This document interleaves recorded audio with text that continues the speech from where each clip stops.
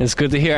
You've been on the N1 mixtape featured on the Puerto Rican tour when they were there, and then how was that being on being in this big basketball community, actually being N1, because everybody knows N1 even overseas and everywhere. Yeah. Well, there's two parts to that. First of all, I played professional basketball in Puerto Rico in 1987, and I had been back to the island a bunch of times to play. In 2005, I was part of a Bounce Magazine Playground Pros tour, and we went through 5 cities through the island to play entertainment games. But I mean, N1, like you said, I mean, it's known worldwide, and they had a TV show called ESPN Global Invasion. I know. And so when N1 contacted me to play in the game, it's like, wow, you're asking me to play in my homeland to represent my people against the N1 squad, which is number one, like that's an honor, period. Because those guys are amazing ball players, and I look up to a lot of them. A lot of the older ones, like half man, half amazing, I played against. You know, we used to be on the same team in a couple of tournaments. So, but the younger guys I never played against, and you know, it was just like the whole time I was in Puerto Rico, knowing that like this was going to be nationally broadcast. You know. It was just crazy, you know, like it was just crazy. And then, like, you know, I had a couple of highlights and scored, and I threw the ball through Silk's legs, and, you know, the whole experience was just magical, you know. And truly, truly one of the highlights of my life, straight up. Yeah, straight up. Just because what N1 means to the basketball community, you know, it's like to be a part of that, you know, history is really cool. That sounds great. Let's come to the sneaker part. What do sneakers mean in your life? Well, I mean, initially sneakers were something that I was attracted to as a kid growing up in New York. What was your first pair of sneakers? Like which one you really consciously? Straight up, and this is why I'm so excited about collaborating with Pro Keds.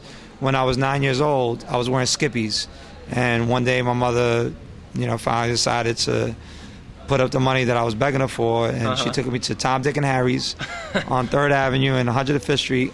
It's no longer there. And we bought a pair of Super Pro Keds, canvas, high tops, and I ran out the store, and I was in jubilation. Yeah! I don't even know why I ran, but I was just so happy to have a new pair of sneakers and be rid of Skippies, you know, no brand. So now, you know, come, you know, 40 years, not 40, but, you know, 35 years later, to be doing a collaboration with Pro Keds is really, really, it's like that's a dream come true. But then, you know, all this stuff is not a dream come true because I couldn't have even fantasized about collaborate. You know, when I was a kid, you know, I loved sneakers because I loved basketball, and I needed performance shoes to play outdoors, and I played ball every day for hours and went through sneakers. And so, you know, having something special on my feet was a little edge, you know, and that's how I grew up in it. I'm not a collector; I'm a wearer, you know. Oh, I see. And you know, I feel again, I hate to keep on repeating this, but I just feel blessed to have kids. I see kids on the train with sneakers that I designed. It's like, yeah, it's crazy. Yeah, it's cool. I see. What is your favorite on-court sneaker? Well, I would say in the last couple of months, I've been wearing the Nike Hyperdunk. And very light shoe. I injured my ankle and I had them on the other day, and I still scored 24 points in the Nike Recess Federation League in Manhattan. So yeah, I think the Nike Hyperdunks are cool. But I wear all the brands. You know, I wear the K1X 187. I had a pair of the Meet the Parents. I wear Adidas. I love the A3 technology of Adidas. I love the Gill Zero 1. I love the Reebok Omni Hex Ride Pump. You know, I didn't grow up in an era where we were brand loyal, you know. I grew up in an era where you wore the freshest sneaker that no one else had, no matter what the brand was, you know. I know what you're saying. So speaking of basketball and NBA, who's going to be the slam dunk contest winner? I have no idea. I defer to NBA experts for those types of questions. All right, but you do the halftime show, or you did the halftime show, but at the Knicks, right? I did the halftime report for the New York Knicks in 2006-2007 season, and I do a TV series in New York called Summer Ball on Madison Square Garden Network. We just finished our 3rd season in 2008. So doesn't it make you like even this halftime shows? Doesn't it make you a little bit of an expert, or you just you don't? No. I mean, my head is into playing myself. All right. And then I travel so much with DJing and with basketball gigs, and then when I'm in New York, I have to cover the world's playground scene for Bounce. So. That consumes a lot of my time, and then of course I have a girlfriend, and I have a family. I gotta, so I might watch highlights of a game here and there, but I can't commit more time to it. So yeah, like the kid Rudy Fernandez that's in the NBA slam dunk contest. I've never even seen him play. Yeah, me neither. Yeah. The Trailblazer, right? Trailblazer. Yeah. So that's why I say, what I think would be cool is ever heard of Team Flight Brothers? No, I don't really know. They're a dunk performance group, and Ryan Special Effects Williams is in it, and T-Dub, and all these fantastic dunkers. Similar to what's the group from Paris, Dunk Nation, with I can't remember right now. Anyway, but you know what I'm talking about. There's a great, so they're similar to that. They do shows with dunks and everything.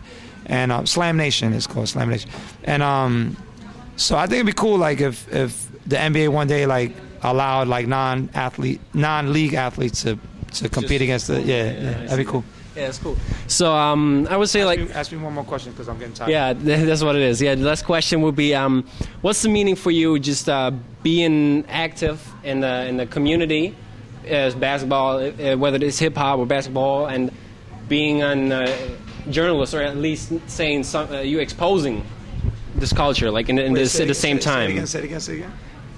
If you're active in the for yourself, playing and DJing and all that stuff, but at the same time you're kind of a journalist, or having this objective standpoint. Well, what does it mean for you taking those two positions? Well, I feel like one of the inspirations to write my book, Where'd You Get Those New York City Sneaker Culture 1960-1987 on Testify, was that there was so much misinformation out about sneaker history. I was seeing articles saying like, this new sneaker craze. I'm like, new?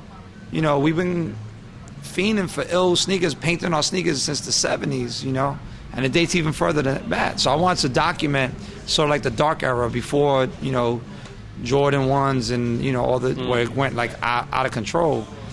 And, in terms of like doing what I do, I feel like I have a point of view that's insular. And unfortunately, a lot of our experiences aren't always documented well because, for whatever reason, like we don't write, we don't photograph. And so, that's why I put so much attention to detail when I do what I do, because I want it to be correct. Because I know like other people are going to use it as a reference down the road. And the people that I cover, in my articles and stuff, they appreciate it so much. Like with Bounce Magazine, for example, we had Hook Mitchell on the cover. We had Junie Sanders on the cover. Hook Mitchell was a drug addict, former drug addict, coming out of jail, convicted of crimes. Like, what magazine is going to put him on the cover, Before his documentary came out, Hooked, Like, he loves us so much for doing that, And even today, like, we had Lance Stevenson on the cover back in 2005 when he was a high school freshman. Now he's like, the #1 recruit, senior. He's about to break the New York State high school scoring record. But we covered him because he was killing it at EBC at Rucker Park and Kingdom. We take chances and they appreciate it. They appreciate the love. So that's why I'm happy to do what I do. All right, that's why we appreciate the love, taking the time. Yeah, man. That was really, really great to meet you, man. All right, man. I'll see you at the party tonight. All right. Definitely.